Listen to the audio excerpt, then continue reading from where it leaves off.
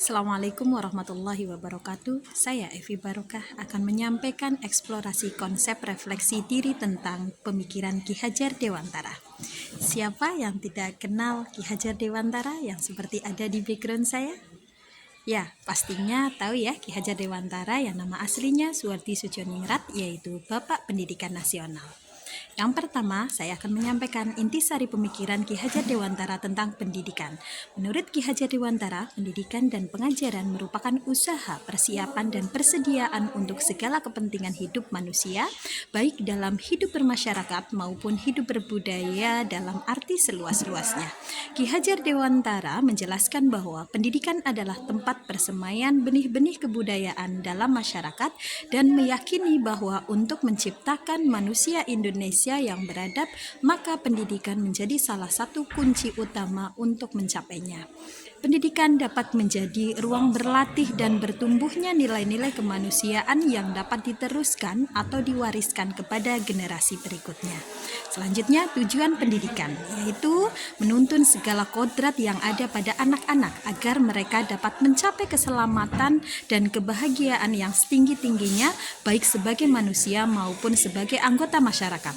Oleh karena itu, pendidik itu hanya menuntun tumbuh atau hidupnya kekuatan yang ada pada anak-anak agar dapat memperbaiki lakunya, bukan dasarnya hidup dan tumbuhnya kekuatan kodrat anak.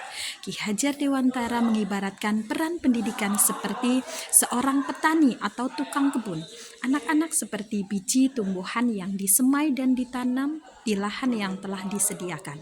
Dalam proses menuntun, anak diberi kebebasan, namun pendidik sebagai pamong dalam memberi tuntunan dan arahan agar anak tidak kehilangan arah dan membahayakan dirinya.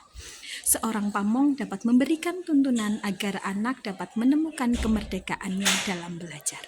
Selanjutnya, pembelajaran filosofi Ki Hajar Dewantara itu ada 3. Yang pertama, memerdekakan dan berpusat pada murid. Kedua, mengikuti perkembangan zaman.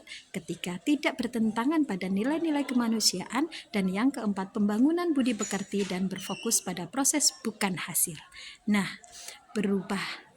perubahan budi pekerti menurut Ki Hajar Dewantara, budi pekerti ini diartikan sebagai perpaduan antara cipta yaitu kognitif, karsa itu afektif, sehingga menciptakan karya yaitu psikomotor. Pendidikan harus mampu mengubah budi pekerti peserta didik menjadi lebih baik.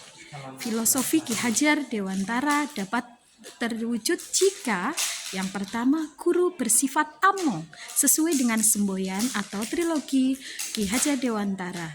Yang kedua, pembelajaran filosofi Ki Hajar Dewantara dapat terwujud jika 1. Guru bersifat among sesuai dengan semboyan atau trilogi Ki Hajar Dewantara. 2. Pembelajaran sesuai kodrat alam dan kodrat zaman. 3. Kemerdekaan dalam memilih metode pembelajaran dan evaluasi yang berpusat pada peserta didik. Penerapan di kelas yang pertama yaitu mengikuti perkembangan zaman dengan berbagai pemanfaatan iptek pada proses pembelajaran melalui platform yang menarik. 2. Sistem among dengan memberikan kebebasan kepada peserta didik menemukan sumber belajar seluas-luasnya untuk menemukan pengetahuan baru baik secara individu maupun per kelompok. Nah, itulah Bapak Ibu refleksi diri saya mengenai pemikiran Ki Hajar Dewantara. Semoga kita semua bisa memerdekakan siswa kita. Salam guru penggerak. Wassalamualaikum warahmatullahi wabarakatuh.